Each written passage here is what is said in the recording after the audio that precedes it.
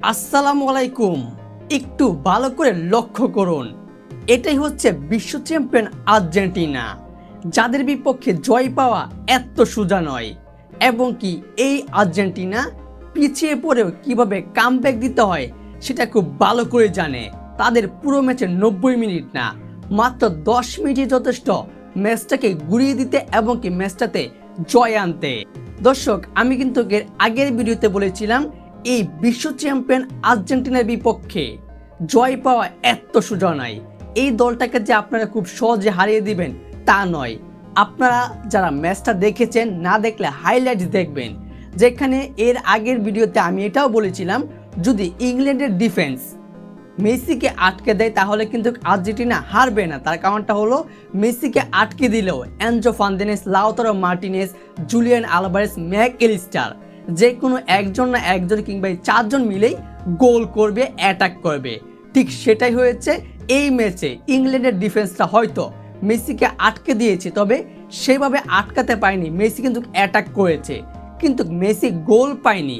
তবে কি হবে, মেসির যে সঙ্গী Julian Alvarez, Lautaro Martinez, Enzo Fernandez, Mac Allister তারা কিন্তু ঠিকই খেলাটা দেখিয়ে দিয়েছে। যেখানে ম্যাচের হাফ টাইম পর্যন্ত ছিল ফাউলের খেলা, একজন আরেকজনকে ফাউল করে আর রেফারিও ফাউল দেখিয়েছে, হলুদ কার্ড দেখিয়েছে। কিন্তু হাফ টাইমের পর ম্যাচের 55 মিনিটের মাথায় কিন্তু আর্জেন্টিনা গোল খেয়ে বসে। তখনও কিন্তু আর্জেন্টিনার ক্যাপ্টেন কিংবা কোচ স্কলোনি এবং মেসি হতাশ হয়নি। তাদের মনোবল, তাদের আস্থা, তাদের আত্মবিশ্বাস ছিল এই ম্যাচটা তারা জিতবে। যেখানে শেষ পর্যন্ত ম্যাচের 85 মিনিটের মাথায় আর্জেন্টিনা দুর্দান্তভাবে একটা গোল করে এনজো ফার্নান্দেজ, এবং কি সে লস টাইমে শেষ মুহূর্তে গিয়ে আবারও একটি গোল করে লাউতারো মার্টিনেজ মেসির দেওয়া শটে অর্থাৎ পাসে। তাহলে বুঝুন এই আর্জেন্টিনা কিন্তু এবারে বিশ্বকাপে চ্যাম্পিয়ন হবে।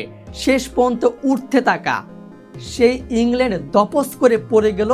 তাদের কিন্তু অনেকটা ডিফেন্স করেছে, যখন তারা 55 মিনিটে একটা গোল দিয়ে বসেছে তখন কিন্তু তারা সম্পূর্ণ ডিফেন্স করেছে, তবে সেই ডিফেন্সে কোনো কাজ হয়নি। তারা এক কথায় বলতে গেলে গোলটা দেওয়ার পর কোনো অ্যাটাকিং কিংবা আক্রমণে যায়নি। সেই সুযোগটাকে কাজে লাগিয়েছে আর্জেন্টিনা ফুটবল দল এবং কি ইংল্যান্ডকে 2-1 গোলে উড়িয়ে দিয়ে আবারও দ্বিতীয়বারের মতো ফাইনালে চলে গেল এই দলটা। এইবার ফাইনালে মুখোমুখি হবে আগামী 20 জুলাই রাত 1টা বাজে ঠিক স্পেনের বিপক্ষে, এবং কি সেখানে দেখবেন আর্জেন্টিনা আবারও কি জিনিস।